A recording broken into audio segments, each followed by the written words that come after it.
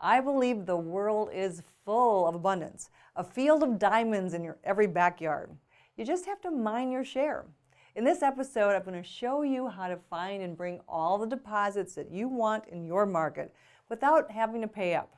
Now, if you're the kind of banker who has all the deposits you want already, you'll love this because you'll be able to bring your cost of funds down even more. Or if you're the kind who can't seem to find enough deposits and have resorted to having to fund through alternative sources or paying up for CDs, you'll love this as well. Or perhaps you're the leader who is standing on your head, screaming from the mountain to your team to go find deposits, and it's just not happening. It's your lucky day. I'll admit there are some roadblocks that you have to overcome. The people and organizations that have the low-cost deposits rarely fall into your lobby like accounts that rob your profits do. This causes an endless cycle of low-volume, high-cost deposits, and it's never enough. It seems that most bank team members love the cush of their chairs and don't really want to step out of the bank to call on the right people. Because people are scary. They figured out a long time ago that the best way to avoid getting rejected is to not play.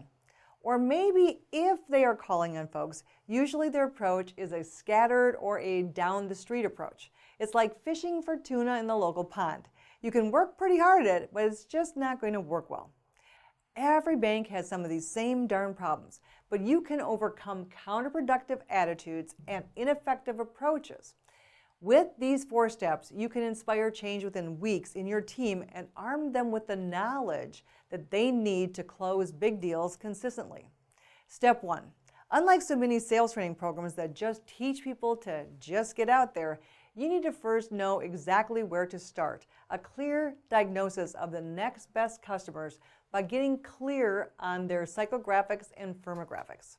Step 2, in contrast to the mindless and time-wasting cold calling process, you need to build reputational equity so that prospects are in love with you before you start talking. And step 3, understand that nobody wants to change. So doing analysis of how to save money for your prospect is out. If you save them money, then you are probably losing money for your bank. You can't make it up in volume, as they say. Instead, you need to bring your level 4 USPs or unique selling propositions to the table in the proper way that makes pricing irrelevant in the very first minute of the conversation. Customized to that target market. It will keep you from positioning yourself as a vendor and all the disrespectful attitudes and behaviors that come with that. And step 4, stop talking about your stuff. Through skillful questioning, get the customer to tell you how much in dollars your unique selling proposition will mean to them. The price you charge is irrelevant because they'll see at least a 10-for-1 return minimum for your additional fees and pricing. That's 4 simple steps for landing the customers that you want for your bank. Step 1, target the people who have large balance deposits. 2, create a process that builds reputational equity so they can't wait to talk with you. Step 3, properly use your targeted level 4 USP as the hook. And 4, use your USP question in a way that gets the prospect to tell you how much more they'll make when they switch all their deposits and other accounts to you.